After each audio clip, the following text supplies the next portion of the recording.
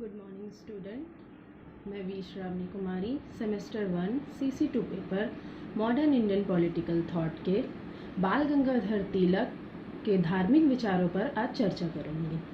जैसा कि मैंने पिछले 2 वीडियो में बाल गंगाधर तिलक की जीवनी और एक में बाल गंगाधर तिलक जी के राजनीतिक विचारों की व्याख्या की थी, आज मैं उनके धार्मिक विचारों के बारे में बताऊंगी।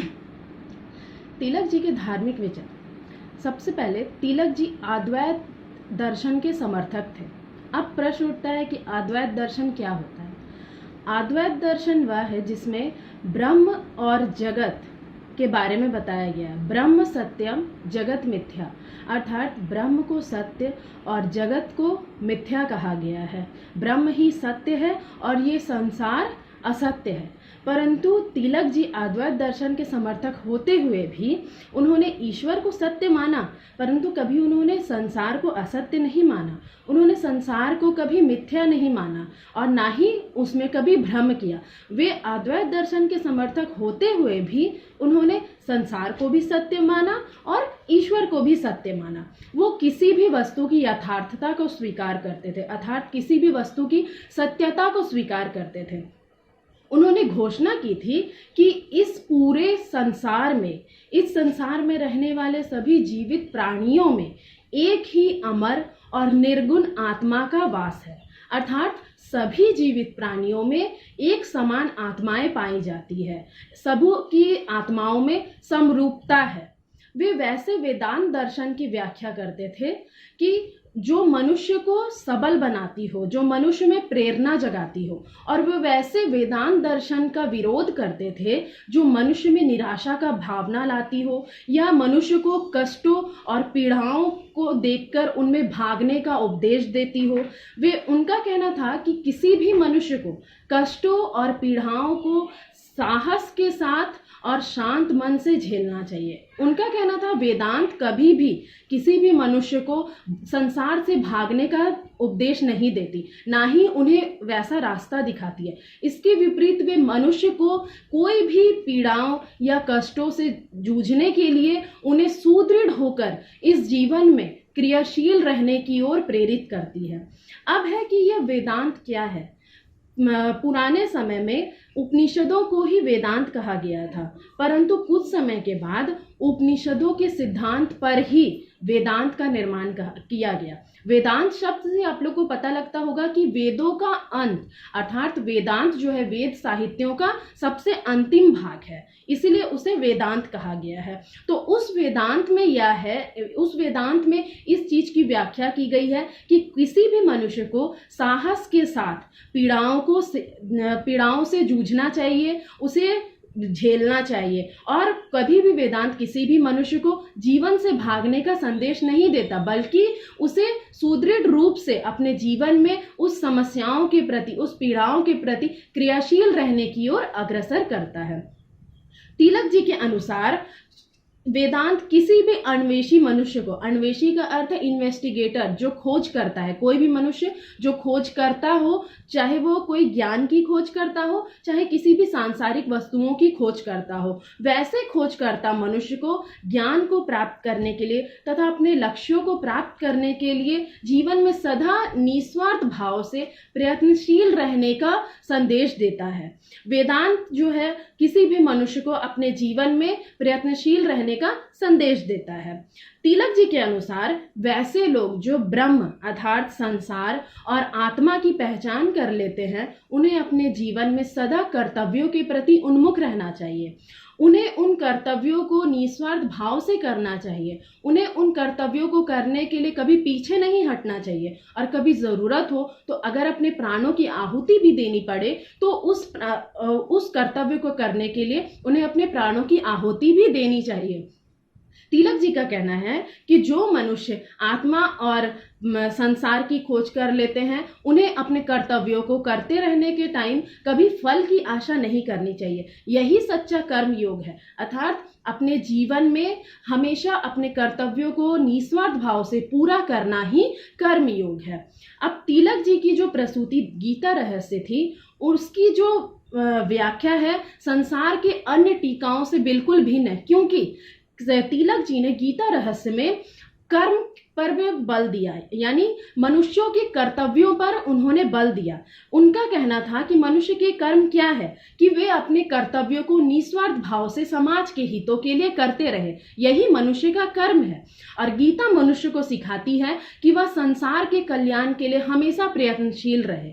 उन्होंने अपनी गीता में लिखा, यानी तिलक जी ने अपनी गीता में लिखा था कि यदि मनुष्य देवता से एकत्व चाहता है, अर्थात यदि कोई मनुष्य देवता से एकता स्थापित करना चाहता है, तो उसे संसार के हितों के लिए भी हमेशा प्रयत्नशील रहना होगा, अर्थात समाज के हितों से भी उसे एकता स्थापित करनी होगी। जैसा कि हम लोगों ने सुना होगा या कहीं देखा भी होगा, यदि कोई मनुष्य संसार में रहते हुए बुरे कार्यों को अंजाम देता है या वह मनुष्यों के साथ अच्छा व्यवहार ना करता हो, अपने बुरे कार्यों से वह पहचाना जाता हो, लेकिन वह एक तरफ भगवान की खूब पूजा उपासना करता हो, परंतु ऐसे में उस मनुष्य की पूजा उपासना, उसकी श्रद्धा भक्ति कभी स्वीकार नहीं की जाएगी देवों के द्वारा, क्योंकि वह इंसान खुद बुरे कर्मों को अंजाम देता है। और एक तरफ यदि वह भगवान की उपासना करे तो भगवान कभी उसकी उपासना को स्वीकार नहीं करेंगे, क्योंकि मनुष्य की उपासना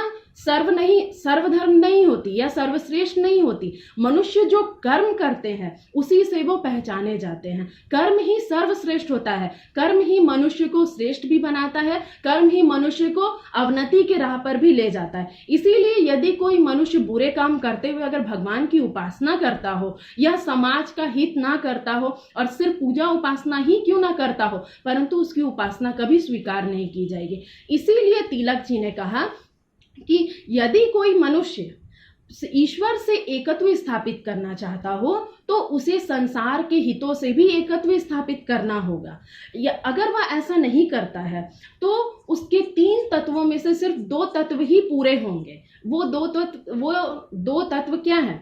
उसका मनुष्य से एकत्व स्थापित होगा और एक ईश्वर से एकत्व स्थापित होगा, परंतु समाज के हितों से उसका एकत्व स्थापित नहीं होगा, यह एक तत्व उसका छूट जाएगा। तो उन्होंने अपने लिए कहा कि मैंने तो इसके लिए अपना समाधान ढूंढ लिया है, क्योंकि जैसा कि हम जानते हैं कि उन्होंने अपना जो जीवन है वह संपूर्ण देश सेवा में लगा दिया। देश के लोगों के लिए ही उन्होंने अपना जीवन त्याग दिया, अर्थात संसार के हितों के लिए ही उन्होंने अपने जीवन की आहुति दी।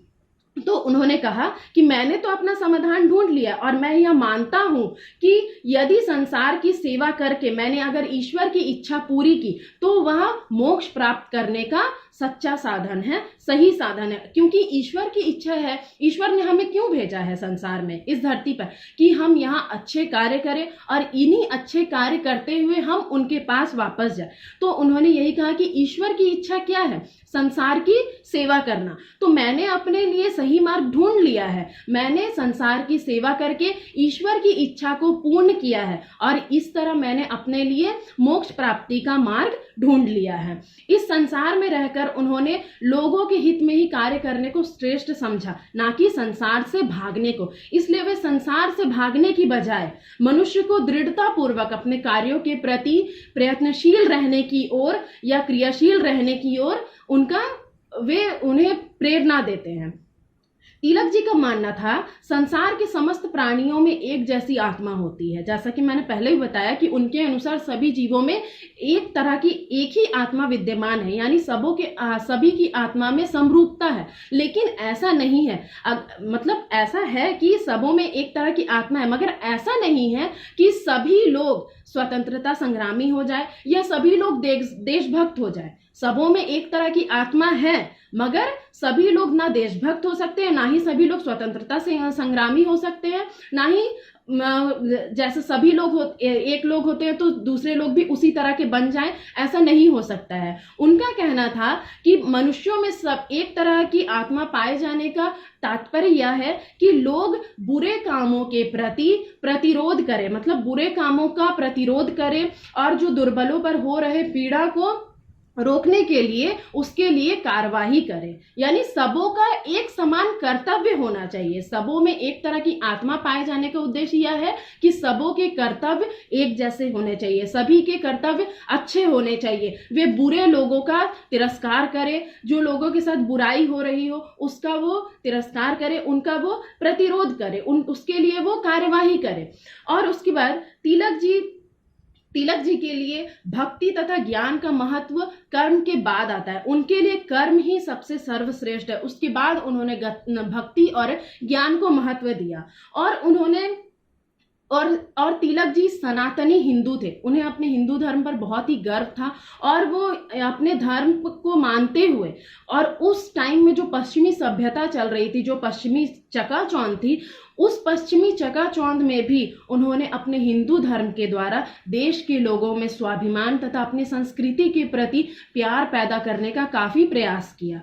उन पश्चिमी चकाचौंध को उन्होंने मतलब उस पश्चिमी चकाचौंध के तुलना में अपने हिंदू धर्म पर ज्यादा प्रकाश डालते हुए लोगों के मन में अपने धर्म के प्रति, अपनी संस्कृति के प्रति, अपनी परंपराओं के प्रति काफी निष्ठा पैदा करने की, काफी प्यार पैदा करने का उन्होंने प्रयास किया। तिलक जी के अनुसार धर्म राष्ट्रीयता का एक तत्व है। धर्म का अभिप्राय है ईश्वर तथा मनुष्यों के प्रति, अर्थात संसार के लोगों के प्रति हमारा जो कर्तव्य है उस कर्तव्य को हम करें, और वही ही धर्म है। अर्थात तिलक जी ने धर्म का अर्थ कर्म से निकाला। अर्थात इन मनुष्य के जो कर्तव्य है, संसार के लोगों के प्रति, ईश्वर के प्रति जो कर्तव्य है, उस कर्तव्य को करना ही धर्म है।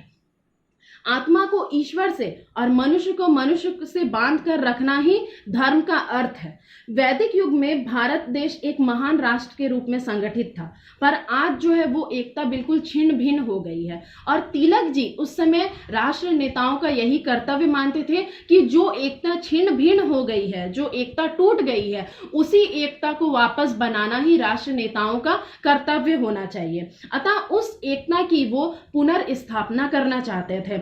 और तिलक जी ने कहा कि विश्व में हिंदू धर्म को छोड़कर कोई भी धर्म में ऐसी कल्याणकारी वचन नहीं दिया गया है कि हमें जितनी बार ईश्वर की आवश्यकता हो, ईश्वर उतनी बार आते हैं। ऐसा वचन हिंदू धर्म को छोड़कर किसी अन्य धर्म में नहीं कहा गया है। वे धार्मिक भक्ति के लिए ईश्वर की व्याख्या को स्वीकार करते थे। उन्होंने अपनी गीता को भी कृष्ण के लिए अर्पित कर दिया। वे कृष्ण जी को ईश्वर का अवतार मानते थे और उन्होंने धार्मिक प्रतीकों को स्वीकार किया। और वे एक महान दार्शनिक होते हुए भी उन्होंने धार्मिक जीवन में भक्ति को अपनाया। वे चाहते थे कि हिंदुओं के विभिन्न संप्रदाय एक शक्तिशाली राष्ट्र के रूप में संगठित हो जाए और विश्व को एक धर्म की ओर अग्रसित करे या लेकर के जाए। और ये थे तिलक जी के धार्मिक विचार।